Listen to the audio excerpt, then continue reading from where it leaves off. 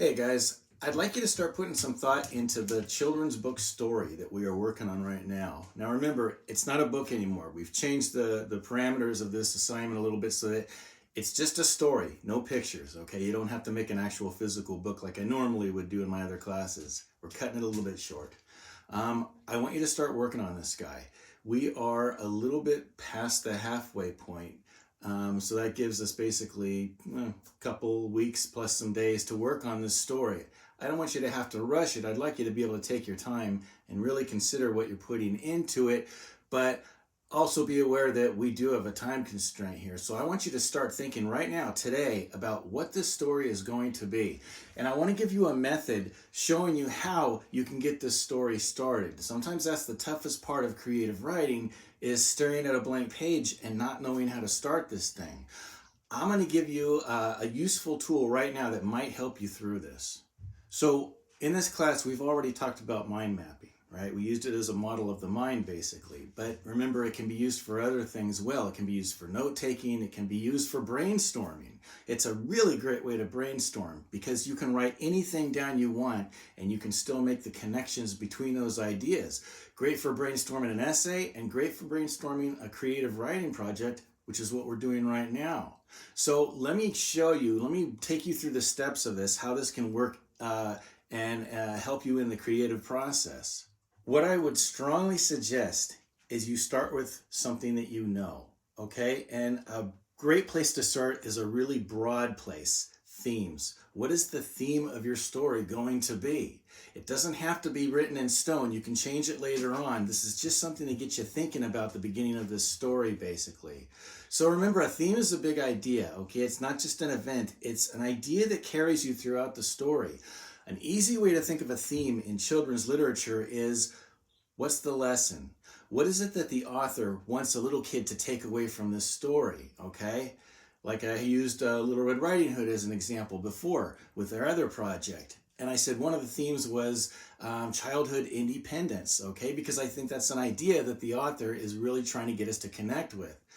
What would be the theme of your story? And it's wide open, okay? You can choose literally anything you want, but think about what is the lesson that you want to impart to a little kid. That's what the story is going to center around, and that's why it's a great way to start this map, this creative map as well. So, first thing you got to do is figure out, is there a theme? There is a theme. What is the theme? So ask yourself, what is your theme? What is the theme that you want to tell? What is the theme that you'd be comfortable to tell? Find out what that is and put that right in the center of this mind map, okay?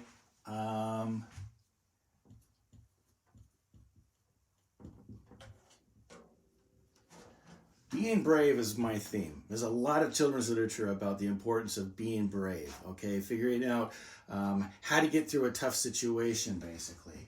So I'm going to use that to hold my story together. That's the middle of my mind map. My theme's holding everything together. So once you got the theme figured out, start thinking of some other details, some other elements of this story. Some that are immediately jumping to you, some broader categories. For example, no doubt you're going to have a character or characters. Almost all children's books have characters. What jumps out at you right now? How do you envision your characters? Are they going to be people? Are they going to be animals? Are they bugs? Are they germs? Are they space aliens? Are they rocks?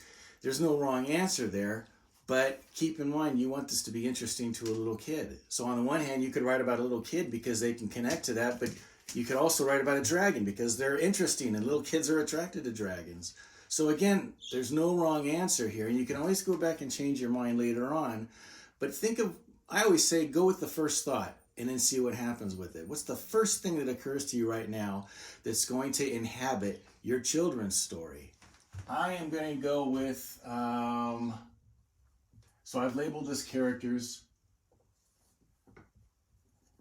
and my characters are going to be bunnies. So right now, while I'm on characters and I've got this animal figured out, maybe I can hammer out a few other details as well. How many characters are you going to need to tell this story? And what is the relationship of these characters to each other? Are they friends? Are they neighbors? Are they schoolmates? Are they brother and sister? I'm thinking of two bunnies, basically. This is the first thing that occurs to me. So I'm going to shoot off of that, and I'm going to say two of them, and I'm going to make them brother and sister.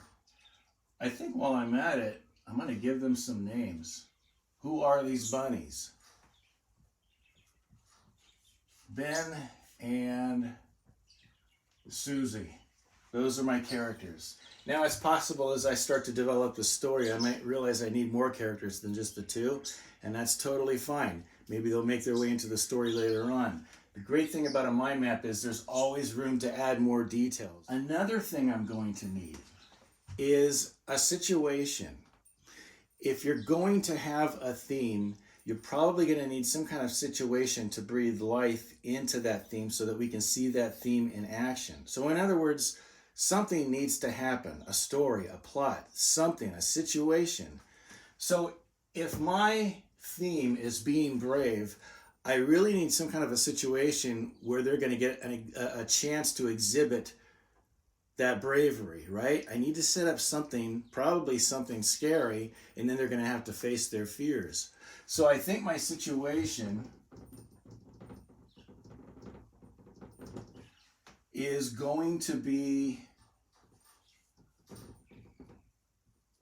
they're home alone, and there is thunder and lightning going on outside. I think the reason they're home alone is because their parents went out for movie night, date night, decided they're finally old enough to be left alone to take care of themselves, and so this is their first time without a babysitter home alone. I'm just making this up as I go along. So that's the situation. The scariness is going to be the thunderstorm outside.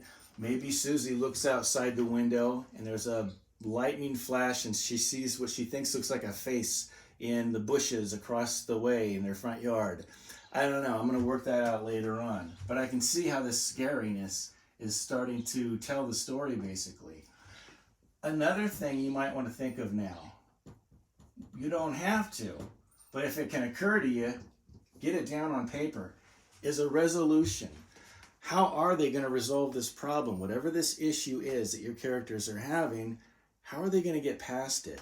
I think in this case, because they're brother and sister, I'm going to have them rely on each other and maybe work together as a team, and somehow they're going to learn a lesson about as long as they have each other, they can be brave because they'll be there to support each other, something like that. You see what I'm doing? I'm just hammering out these details one at a time, basically. I have the basis of a story right now where I had nothing before. I've kind of got a rough idea of how I can start writing this thing. So that's it. I just wanted to give you an idea of how to start this project. We're going to go into deeper and deeper detail when we start talking about those elements of literature.